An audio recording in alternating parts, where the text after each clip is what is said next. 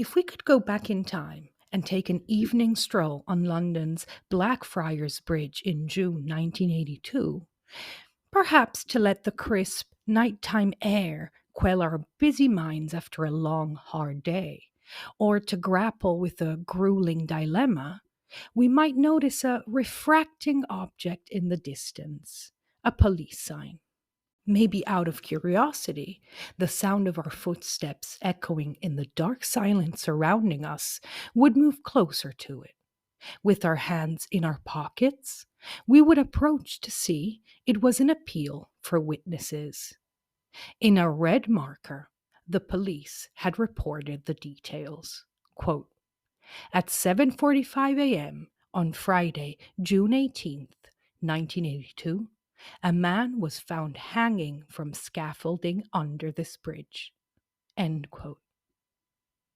Let's turn our clocks back to that Friday in June, when a London resident made use of the cool morning hours to walk his dog along the banks of the Thames. The pathway is silent, except for the dog's panting as the chinks in its leash click rhythmically. From a distance, he can see an indistinct blob is bobbing up and down in the water. Ah, there's always something floating down here. This time, it seems to be nothing more than a bundle of rags. But maybe, wait, no. Could it be? And it was. What the resident didn't know is that he had walked into one of the least enviable coincidences anyone could ask for. The tide was at just the right height to reveal that bundle as the partly submerged body of a man. When the police were called, they must have thought this certainly wasn't the first body they'd have to fish out of the Thames, or the last, for that matter. But something must have struck them as odd this time. Emergency services swiftly determined the man was hanging from a rope fastened to scaffolding that had been erected in the water. And even caked in murky, foul smelling river debris, investigators could tell he was dressed in high quality, expensive clothes. His pants had been stuffed with a total of 5 heavy bricks, 2 in each of his pockets and 1 in the seat of his pants. His flashy wristwatch clearly wasn't waterproof, as it had stopped at 1:52 a.m. Once they had collected and sorted it all, the total sum of the various currencies he had on him was found to amount to $15,000. On the morning of June 18th, when he was discovered, the man's ID was also found. His name was apparently Roberto Calvini, of Italian nationality, and the picture matched the deceased man's face except for the mustache, which he must have shaved off sometime after the photo was taken. With every new discovery, the police officers look at each other with increasing bewilderment. What is an Italian man in an expensive suit doing hanging from Blackfriars Bridge? Was it a suicide? Okay, for the rocks in his pockets, maybe, if he wanted to weigh himself down, but in that case, what did he need $15,000 in cash for? Well, it is often said that we die the way we live. And by that token, this man who had died such a spectacular death must have lived an equally extraordinary life. The man's ID, which would later, of course, be revealed as a fake, and his expensive clothes and accessories told the police that he was probably not a drifter. The wads of cash he had him in dollars, pounds, and Swiss francs just added to the puzzle. But a man of that caliber doesn't go unnoticed, and in fact, the more they look at the ghastly face of this corpse, congested, eyes open, his expression frozen in horror, or better still, at the picture on his ID, The more they realize he looks like another man whose lawyer had reported him missing just hours earlier.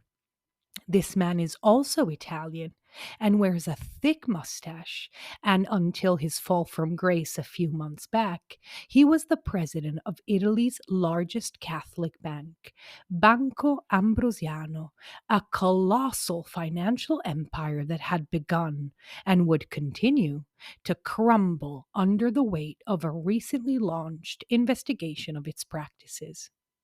Yes, my friends, Gianroberto Calvini is actually Roberto Calvi, ominously known as God's banker. Roberto Calvi had come into this world on April 13th, 1920, and like him, his father was also a banker. Roberto didn't finish his university studies because he was called out to war and served in the cavalry division as a second lieutenant in Russia, where he distinguished himself for being intelligent and energetic. He returned from the brutal campaign with his division almost completely intact, which was partly attributed to his astute initiatives.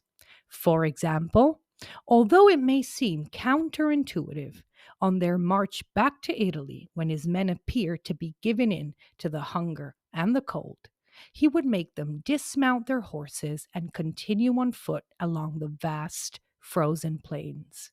With the snow crunching under their inadequate footwear, the frosty winds howling through the barren fields, their bodies were forced to react to the circumstances instead of succumbing to the temptation of just letting themselves slowly slip away.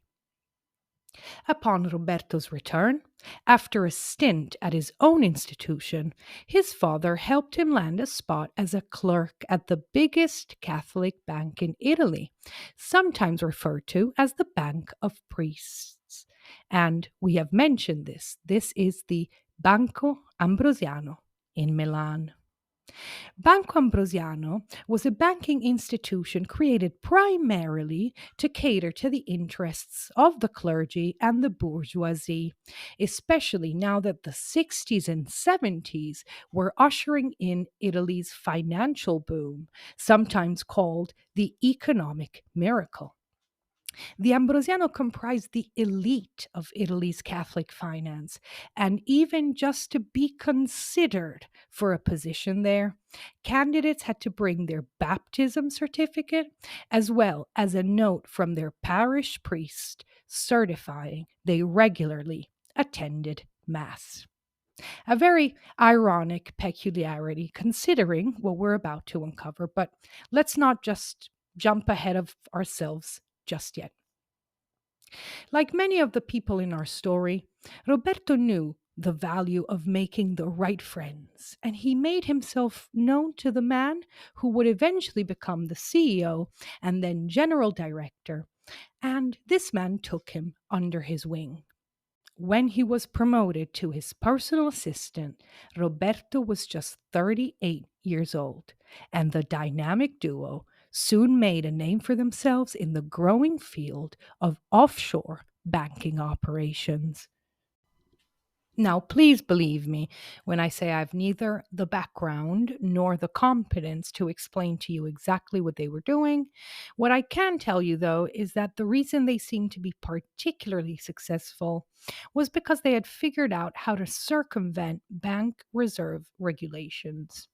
On top of my personal lack of knowledge in this area, do keep in mind that any type of bank fraud usually has a deliberate element of complexity to it. But here is what you need to know for the purposes of this episode.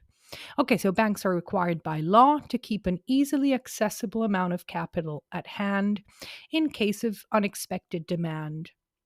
Even in simple terms, if a bank has a customer with a large account, say, I don't know, $250,000, who decides to close his account and move overseas, this is a request that the bank must be able to meet, close down an account and give the customer back his money.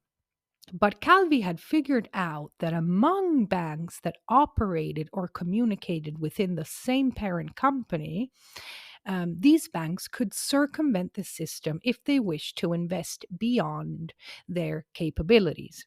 As follows. Let's say Bank A can't make an investment because it would eat into their mandated bank reserve. Bank B could then attest that they owed Bank A X amount. And the simple fact that Bank B had said they were due to deposit that amount would then allow Bank A to claim it as an existing asset. This is the type of risky investment cycle where it only takes one bad apple, one unpaid loan for everything to implode, and you don't need to be a banker to see how easily it can lead to self destruction. Milan is a small city, but it is the undisputed Italian capital of both fashion and finance. The skies are always gray. And in the winter, the afternoons are dark as brokers and accountants in leather gloves walk briskly to their destinations. Some of the nightclubs offer $5,000 cocktails, and in Calvi's years, the town was becoming increasingly populated with Italians from the southern regions who had abandoned the scorching heat of their agrarian reality to seek their fortune in the booming world of finance. One of these was a lawyer, Michele Sindona, who had come all the way from Sicily with nothing more than a change of clothes in his suitcase, or so he said. Sindona deserves an episode, if not an entire series to himself, but we simply cannot tell the story of God's banker, Roberto Calvi, without introducing the hand that guided his ascent and transformed the responsible banking of the Ambrosiano into one of the biggest money laundering operations for organized crime and for a part, believe it or not, of the Vatican. In 1962, Sindona had actually become a partner of the Vatican through the shared ownership of a company at a time when, let's not forget, Calvi was working in Italy's biggest Catholic bank. Sindona also had a solid reputation for saving businesses on the verge of bankruptcy. But beside the Vatican connection, what caused him to cross paths with Calvi were his activities with the Ambrosianos' second area of expertise, investors from the middle class. But whereas the Ambrosiano had always operated responsibly, perhaps even too cautiously, some said Sindona's clients would leave his office thinking their life savings were in excellent hands, and it would take them months or even years for them to realize that this couldn't have been further from the truth. They say that he who dines with the devil should have a long spoon, a reminder to be cautious for those who choose to keep bad company. It is at this point in our story that an otherwise brilliant man like Calvi revealed a naivety that Sindona, his soon to be mentor, could exploit. The Sicilian financier was the rising star of the Italian stock market and would shortly embark on an ambitious international venture with the acquisition of Franklin Bank, which we'll talk about later. Calvi had aspirations, and Sindona seemed to have everything he wanted for himself: contacts, power, and staggering sums invested all around the world. But Sindona was also unorthodox and brash in his dealings, and banking authorities, as well as the media, were beginning to pick up on his histrionic maneuvers.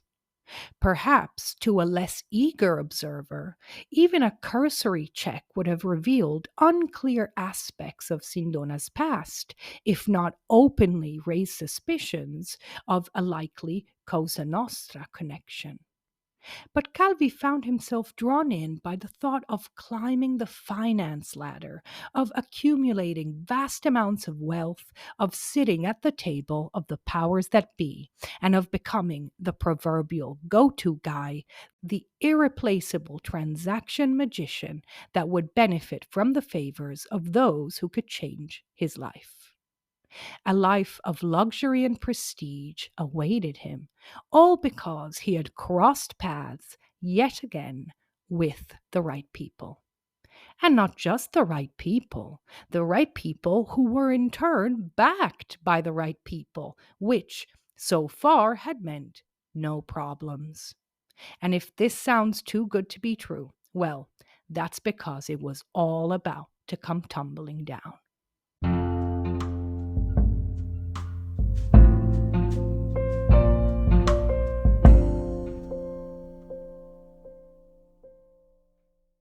We may never have any definitive answers regarding how Roberto Calvi died.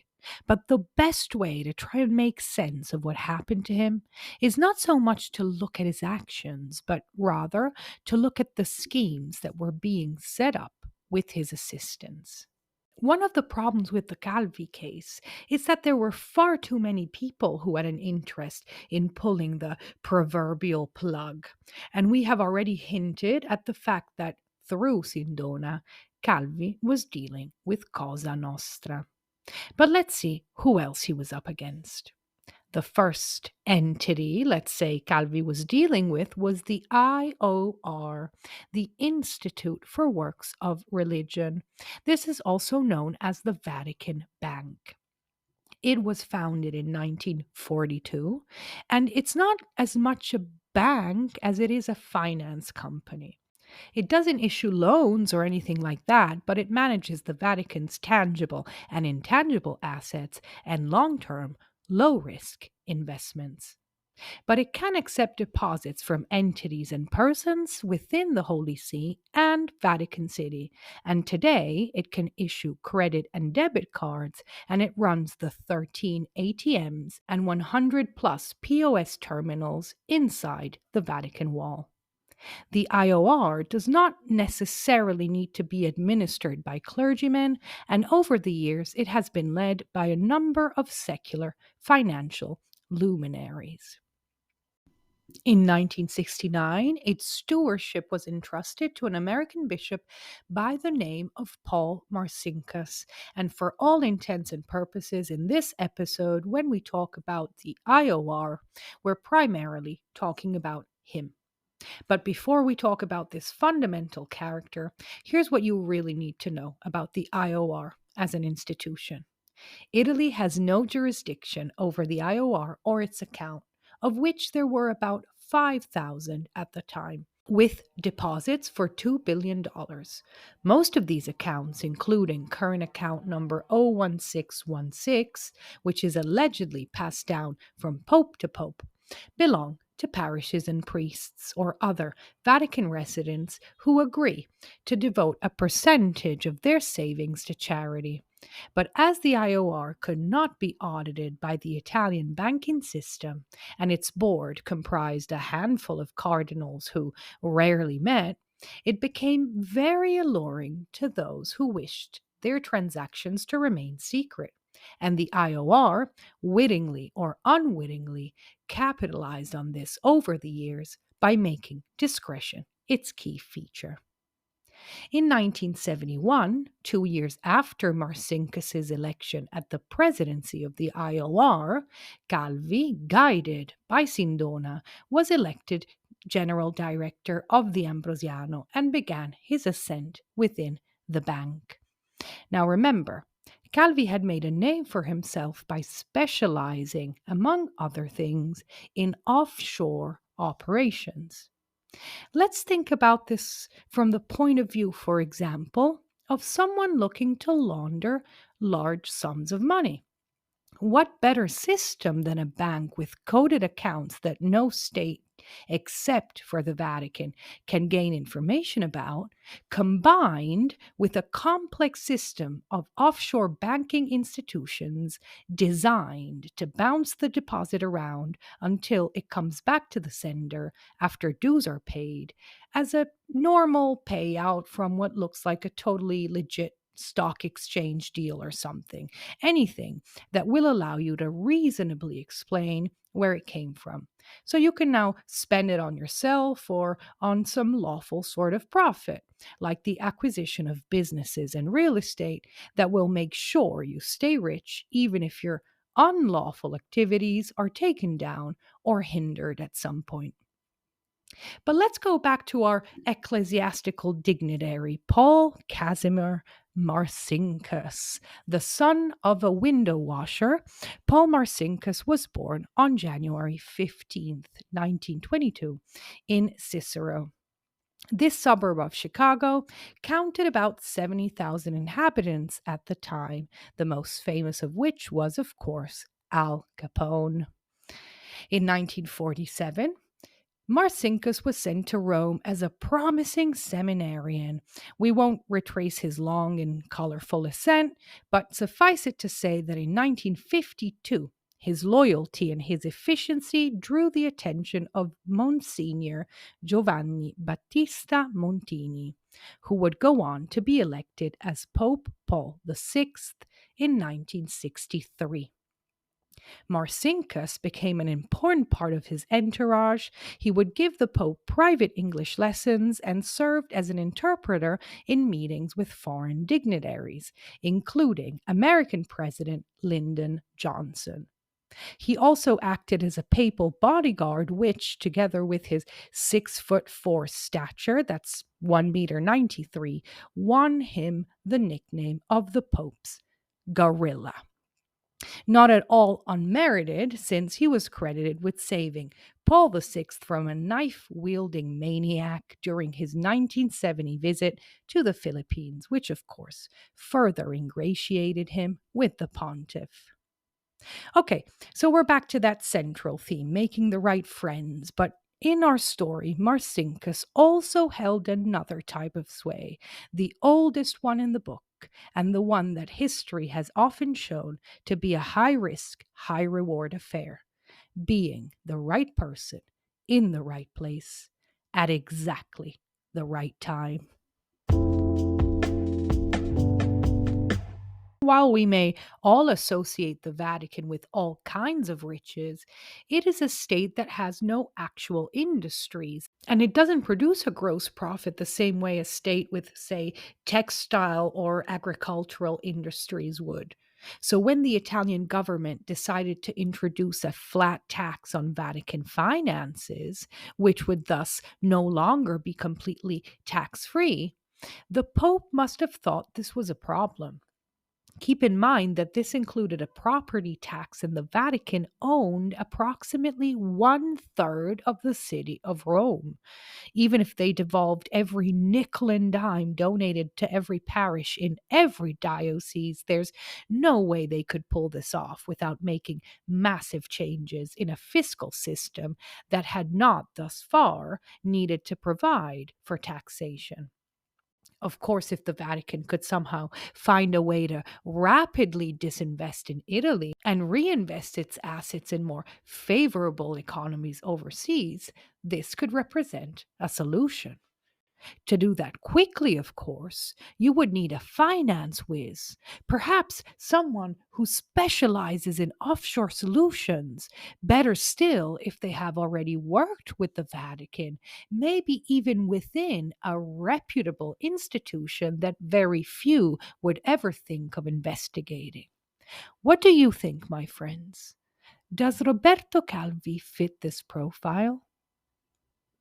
So, how does Marcinkus fit into all of this? Well, remember the Institute for the Works of Religion, the IOR, the bank with the encrypted accounts that no government can subpoena? Well, many, including several reporters, claim that 1969 was the year when Pope Paul VI personally met with Michele Sindona, our old friend, who was already somewhat working with the Vatican, to seek help with rapidly disinvesting assets. And that same year, despite having no banking background or experience, Paul Marcinkus was elected as the president of the IOR. Now, per se, in 1969, this wasn't disconcerting, okay? That came later. This was just odd at this point. No one could really understand why he had been chosen. What nobody knew yet is that both Sindona and Marcinkus were connected to an American man named David Kennedy. who at the time was the president of the Continental Illinois Bank of Chicago and the Secretary of Treasury under Nixon.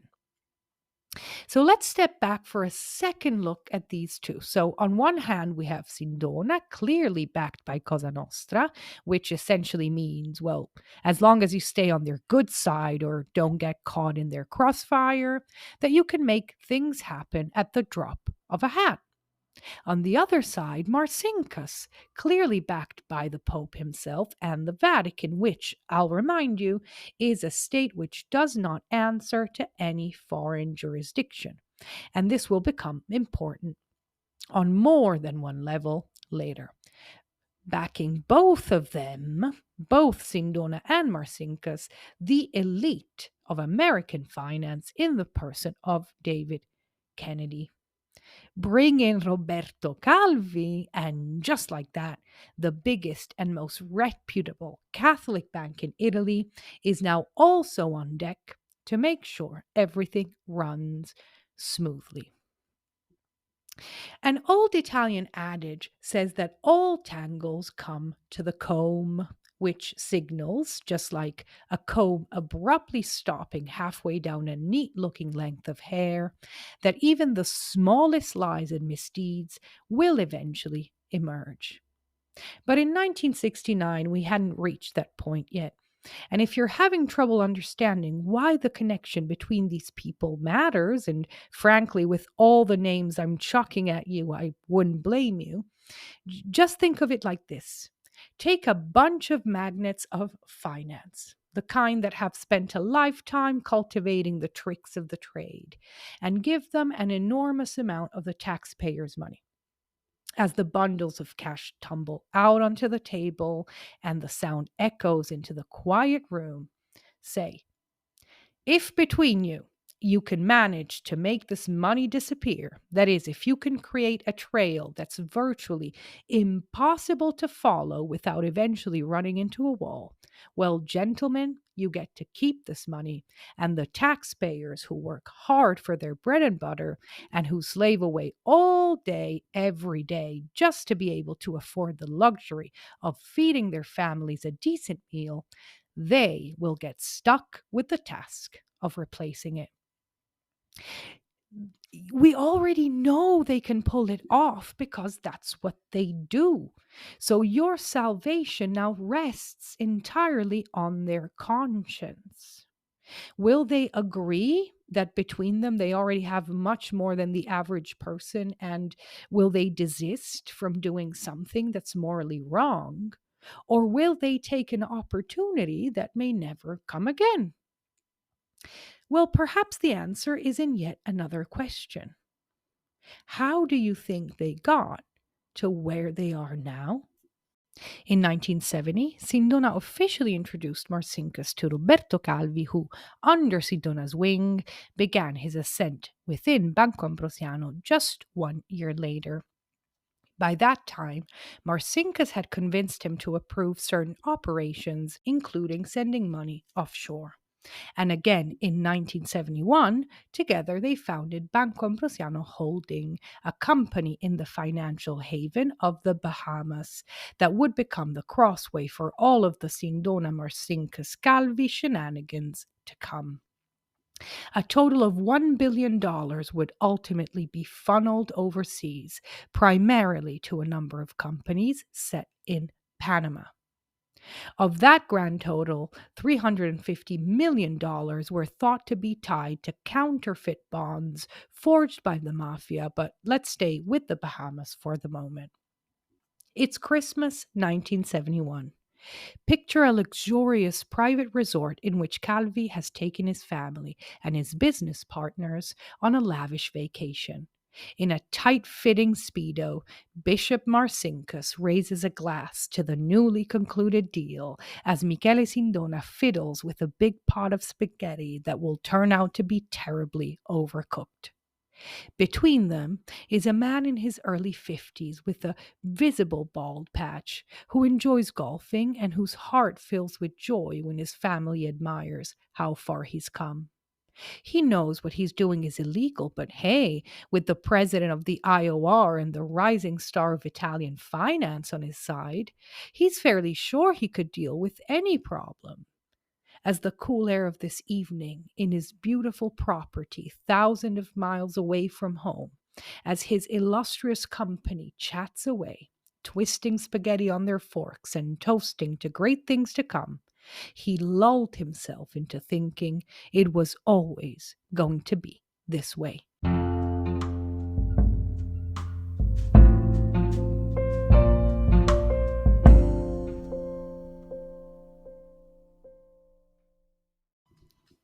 David Kennedy had been removed from the Treasury on account of a scandal, but Nixon, who didn't want to abandon him, had made him ambassador at large for foreign economic policy development, which is a position I'm not even sure existed before that.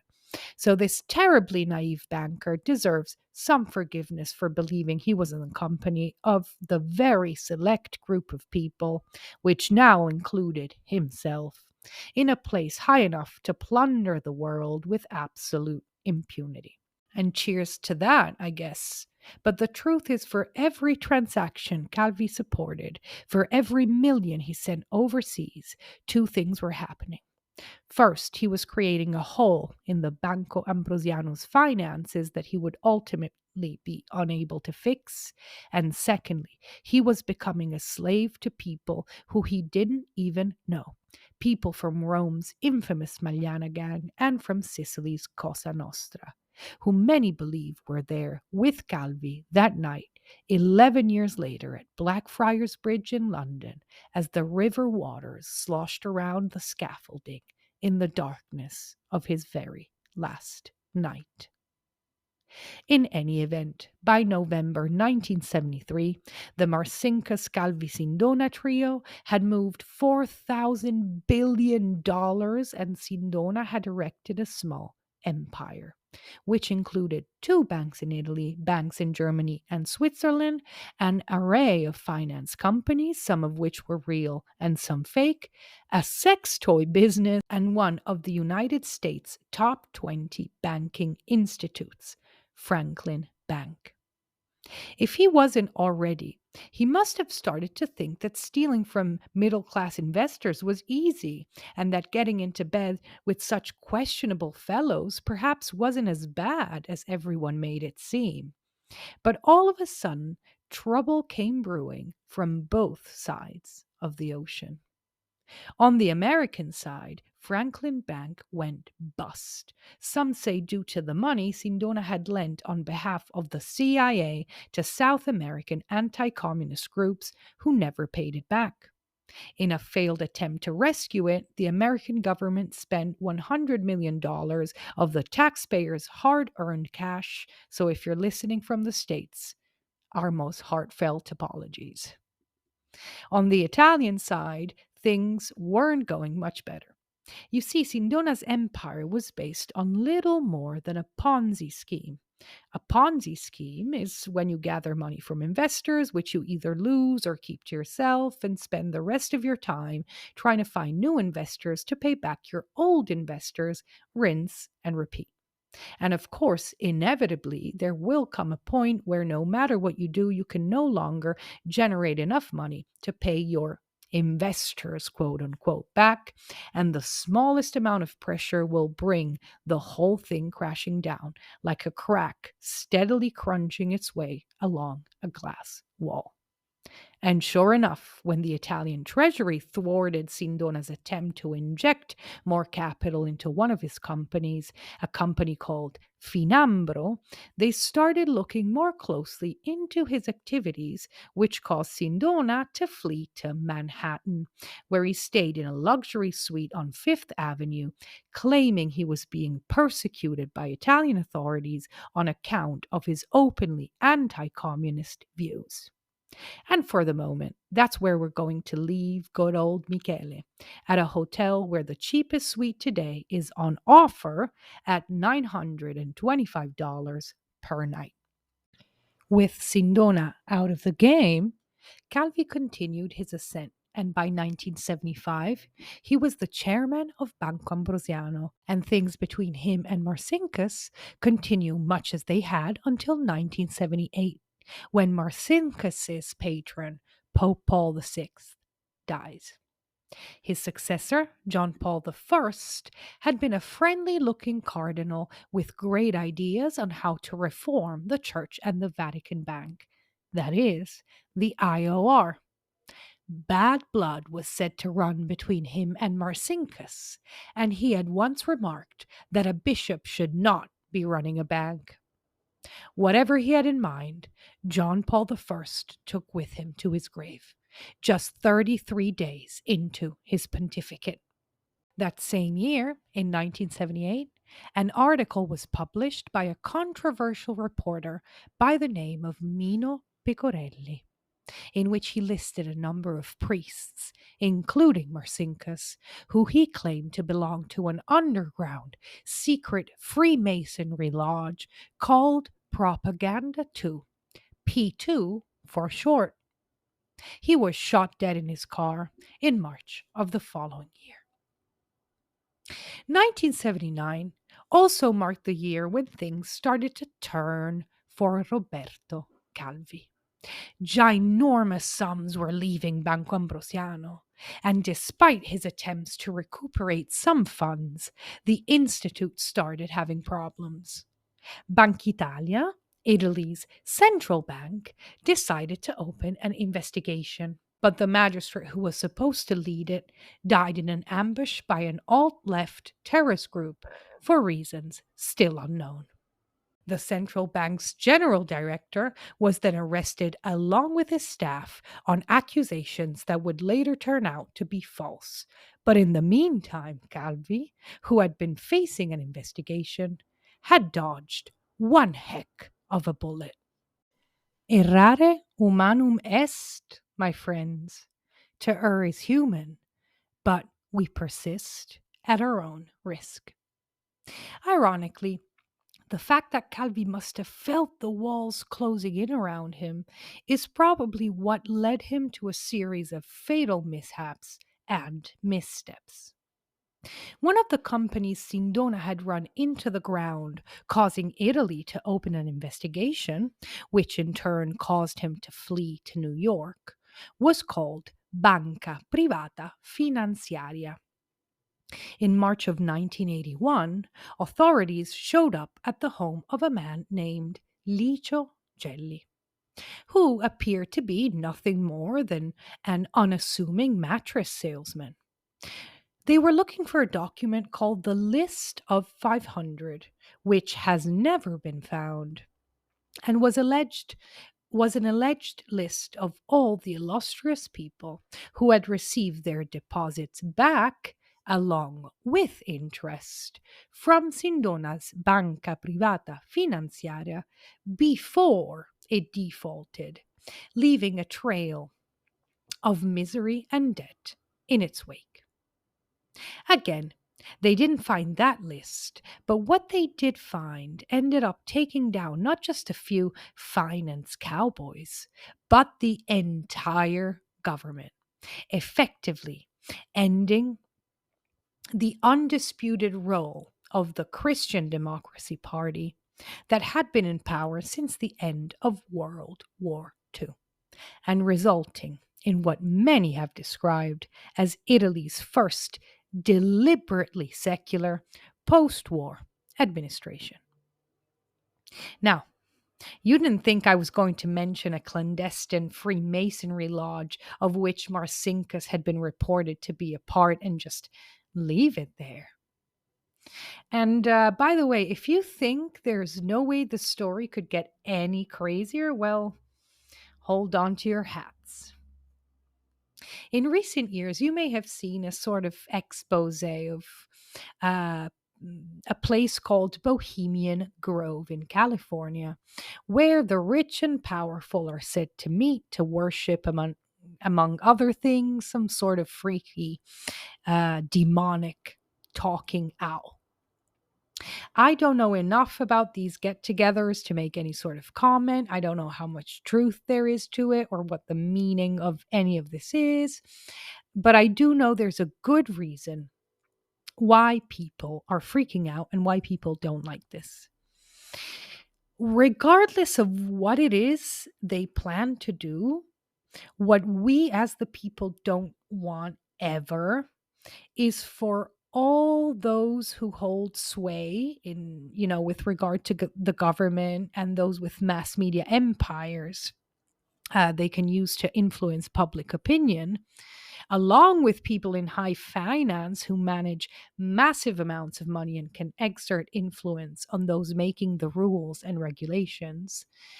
These are just some of the types of people you never want to hear are meeting regularly and in secret, away from the prying eyes and ears who might wish to regulate their unbridled ascent. Imagine the surprise on the investigators' eyes when they stumbled upon a document containing approximately 962 names, more precisely, the members' list of a clandestine Freemasonry lodge that no one knew about until this very moment, the infamous Propaganda 2, P2 for short. Among the members were 44 members of parliament, two government ministers, a party leader, 43 generals with the armed forces, eight admirals, a number of journalists, editors, entrepreneurs, ambassadors, judges, policemen, people who were defined as putschists, and of course, the heads and the officers with a number of secret service agencies, because this is Italy in the 80s, which means that anything even remotely fishy inevitably leads, like Hansel and Gretel's crumbs, right to their doorstep. But let's stay with that mild mannered mattress salesman who would turn out to be the worshipful master and the newly discovered list of people who had sworn allegiance to the Masonic Lodge. Propaganda 2.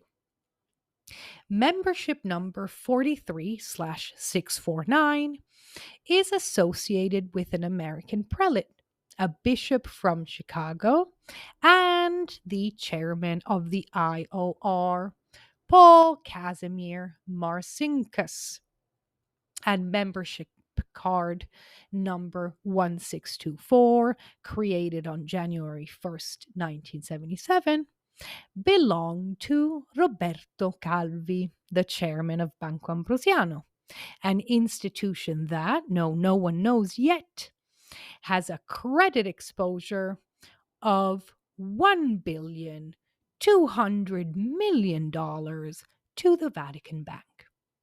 In other words, if the IOR defaults, Calvi's dreams of fame and fortune would instantly turn to dust, along with the Catholic banking system and the savings of thousands of unsuspecting money savers who were about to be hung out to dry without a second thought.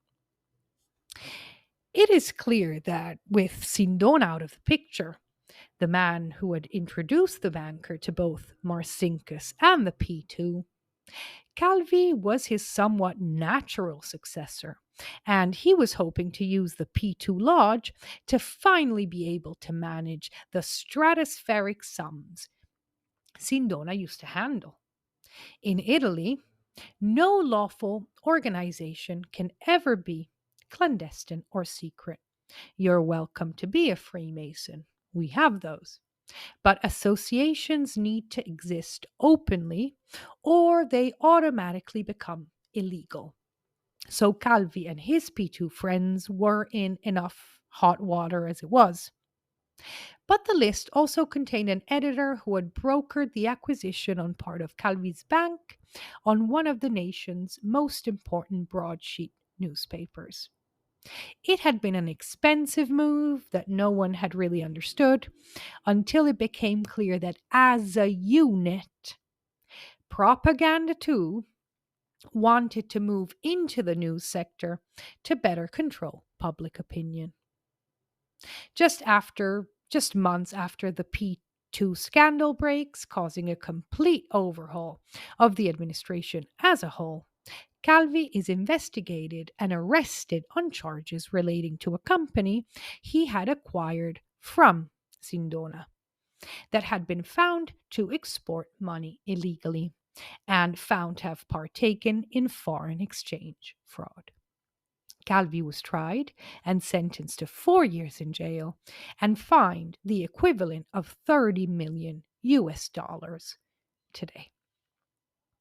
We can only picture the well dressed banker being hauled into prison, sliding doors clanging all around him, bereft of the important friends that had abandoned Sindona before him. There was no doubt in his mind that this wasn't the place for him. And if turning in his accomplices could get him out of there, he was starting to think maybe the trade off was worth it.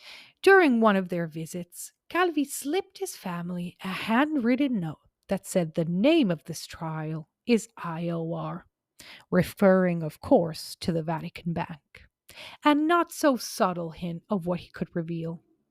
But it was an unconvincing suicide attempt where he nicked his wrist and swallowed a couple of pills that got him temporarily released as he awaited his appeal. However, despite confiscating his passport, Calvi would eventually flee the country before the proceedings began. But at this point in our story, he's still in Italy. And although he's out of prison, he is a finished man.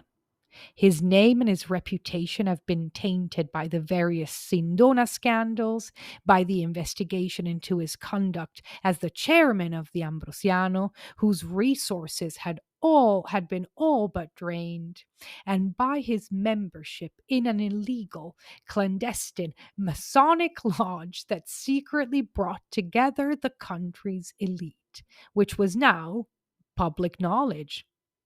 He reckoned there was only one way out of this mess: retrieving some of the billions he had sent offshore, particularly to Panama, in collaboration with Paul Marcinkus, the bishop heading the Vatican Bank. His old ally Sindona had fled New York with the help of the Gambino family and had briefly reappeared in Sicily with a wig, a fake mustache, and a fake US passport. He had then resurfaced in New York, claiming that an extreme leftist group known as the Proletarian Avengers, which no one has heard of before or since, had abducted him. Michele Sindona surely deserves an episode of his own, but for the moment, his shenanigans were only complicating Calvi's situation.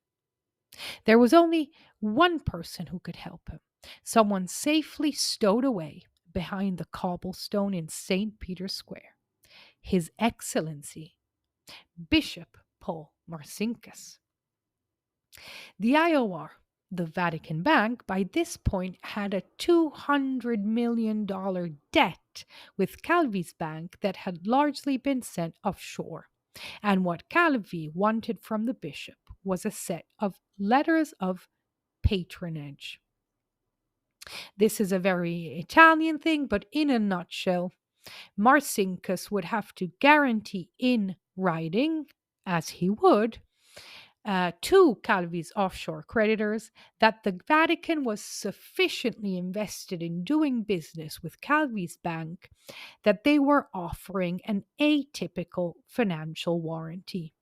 If Banco Ambrosiano doesn't pay, we have sufficient influence to change that. And this is where Marcinkus pulled his best move yet. As I said, he did give Calvi the letters of patronage, but only in exchange for a set of letters written by Calvi in which the banker exonerated the IOR from any responsibility in connection with the Banco Ambrosiano's missing funds. Because I'm not an expert on anything banking, I'll try to illustrate Calvi's predicament from a different angle. Let's say person A and person B conspire to commit a crime together. And when person A gets caught, they ask person B to write a letter admitting to their part. Imagine that person B agrees, but says that in return, they want a letter signed by person A, in which person A claims that person B did take part in the endeavor, but only as part of a prank or a hoax. If person A tries to implicate person B with the letters where person B admits, yes, I did do this, person B can just claim they have written proof that they did do it, but they were only participating in a prank of sorts, and therefore they're at most guilty of letting person A mislead them into what later turned out to be a real crime. In our case, person B isn't just Joe Schmo, right? It's the bishop heading the Vatican Bank. For his part, Calvi, who had thus far worked so closely with organized crime, must have realized Marcinkus had put him in a corner. Not only did the letters hold no real value, considering the ones he had been forced to turn over, they were almost counterproductive.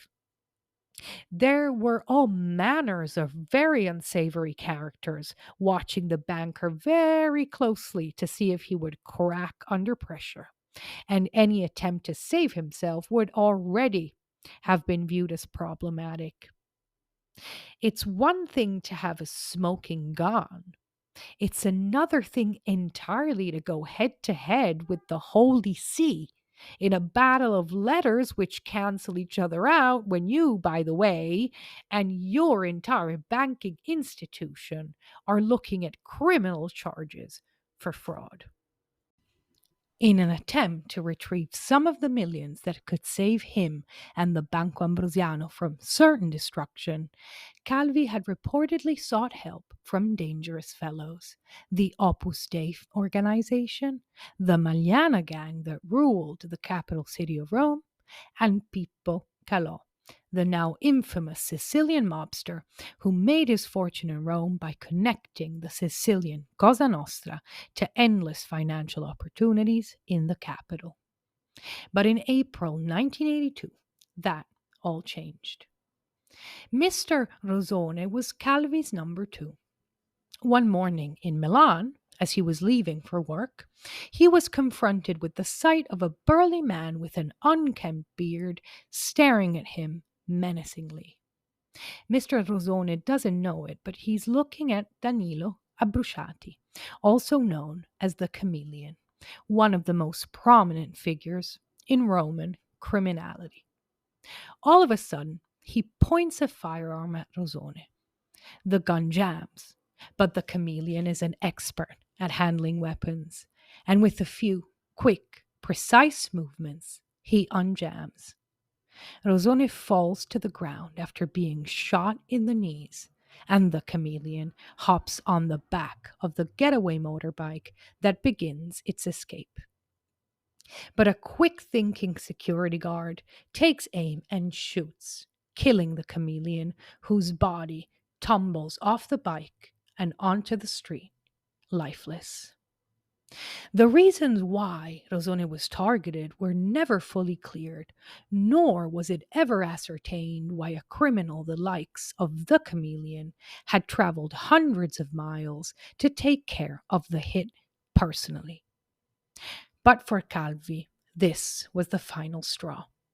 He severed all his connections to the mob and the criminals that had so far claimed to protect him, and entrusted himself completely to a single individual and one of his own accomplices, Flavio Carboni, a shady financier and real estate entrepreneur whose name comes up again and again in a number of criminal episodes.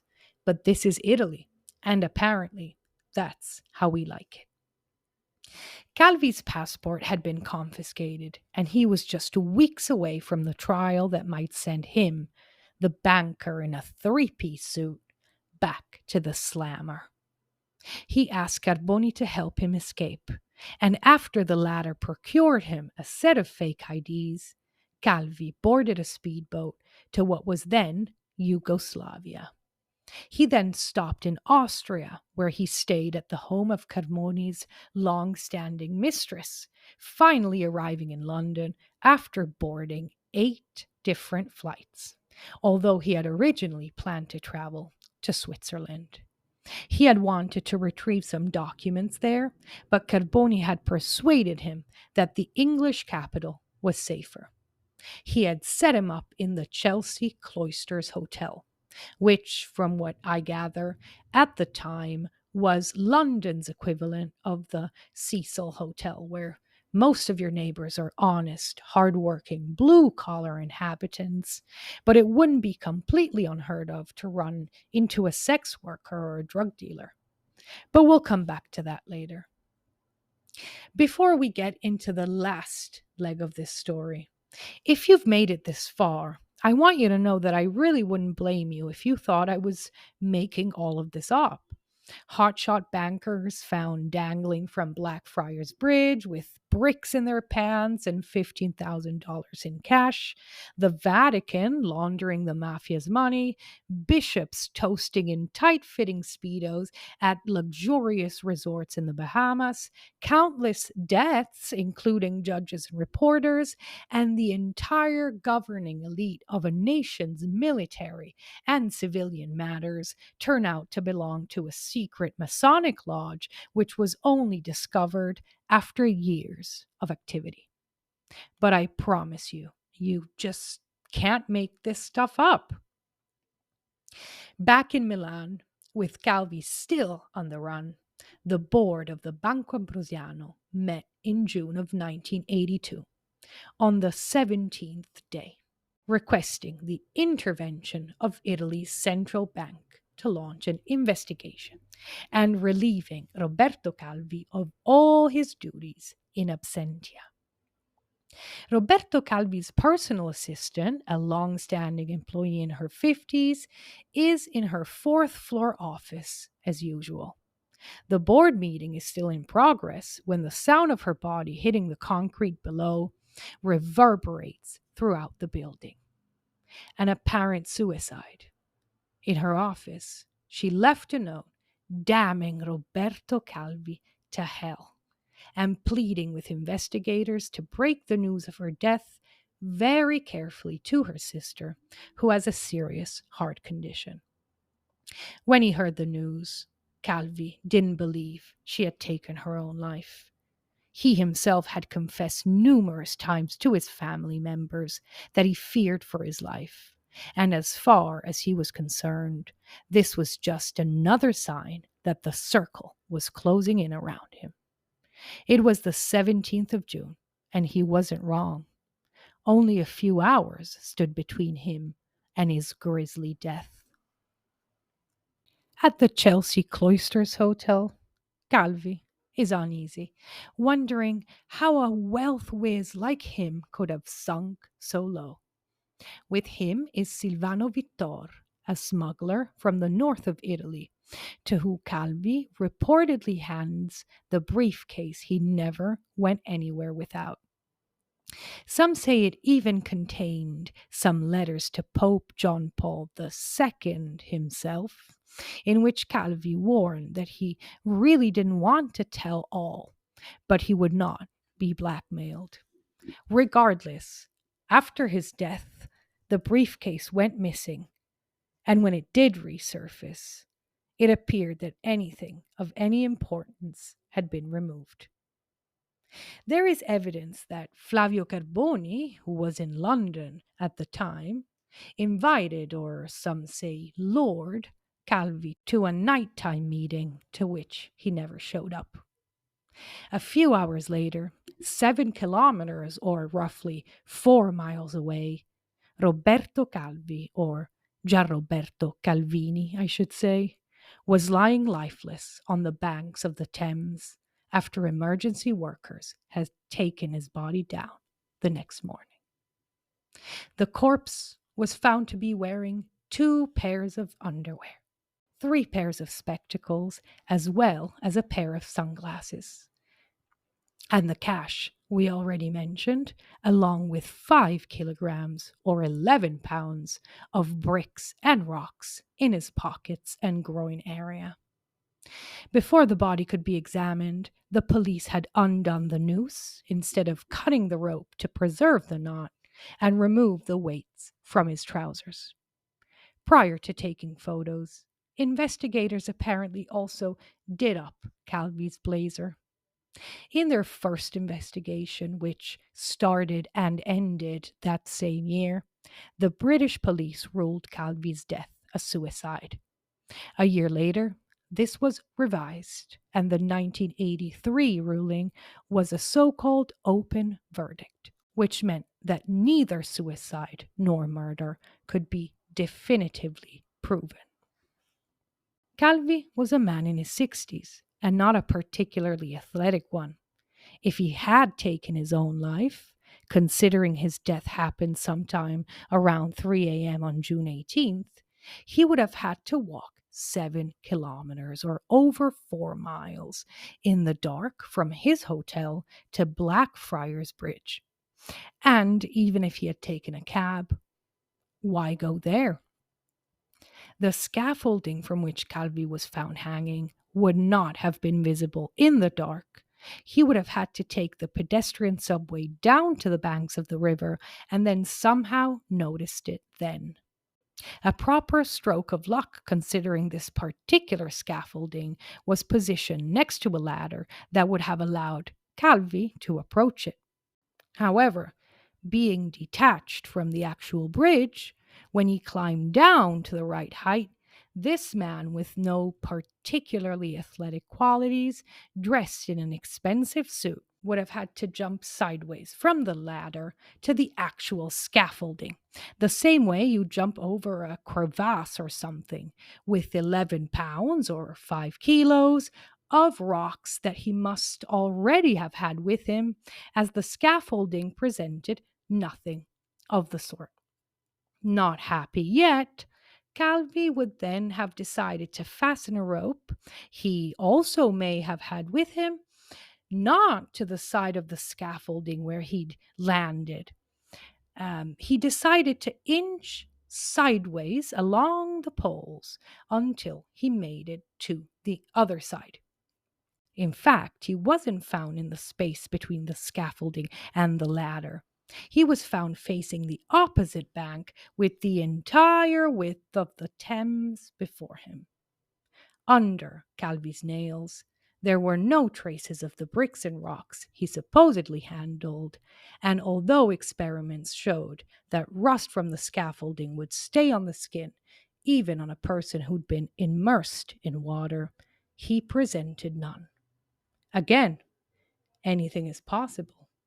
But add in all the money laundering, the mafia, the Vatican, and the P2 Lodge, and, well, let's just say it's a story that writes itself. The theories on who was behind Calvi's death, if indeed it was murder, are endless. Some say the Vatican Bank was essentially bankrupt and desperately trying to hide it.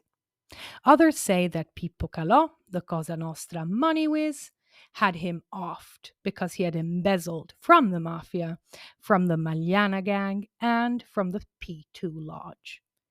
In 2002, Professor Brinkman and his team conducted an examination in which they concluded Calvi had been strangled, although they did not exclude that the hanging may have finished the job. Some investigators think it more likely that Calvi was brought to Blackfriars, put in the noose, and lowered over the parapet of the bridge to the scaffolding, or even taken to the scaffolding on a boat from below and tied to it while he was somehow incapacitated. The bricks, as some experts have surmised, were then inserted forcefully into his pants through the pant legs or through the open fly. As the water never seems to have reached Calvi above the knee, the bricks weren't used to cause the body to sink, but only to keep it vertical and prevent it from resting horizontally onto the surface of the water. Was Calvi an ambitious but very naive man among wolves? Had he underestimated the price one pays for that kind of power? We may never know. But as one judge reported in their ruling, quote, there are too many alternative motives that can be hypothesized, and too many had an interest in Calvi's elimination. The mafia, the P2 Lodge, the IOR, Italian politicians, as well as the Italian and the British Secret Service. End quote. And for what it's worth, the courts did later immortalize the IOR and the Banco Ambrosiano as the mafia's conduit for massive money laundering operations.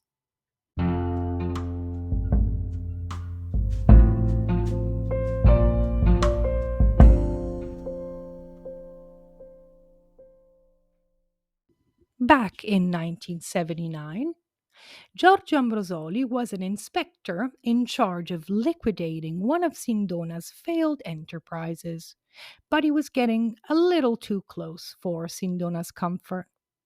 A man named Bill the Exterminator, who, besides being a hitman, was an actual pest exterminator, was hired by Sindona, as the judges found, to take Ambrosoli out. And this did happen on July 11th of that year, just before Ambrosoli could liaise with the American authorities on Sindona's shady dealings, which now, let's not forget, could very well take down Franklin Bank and cause serious problems in the USA.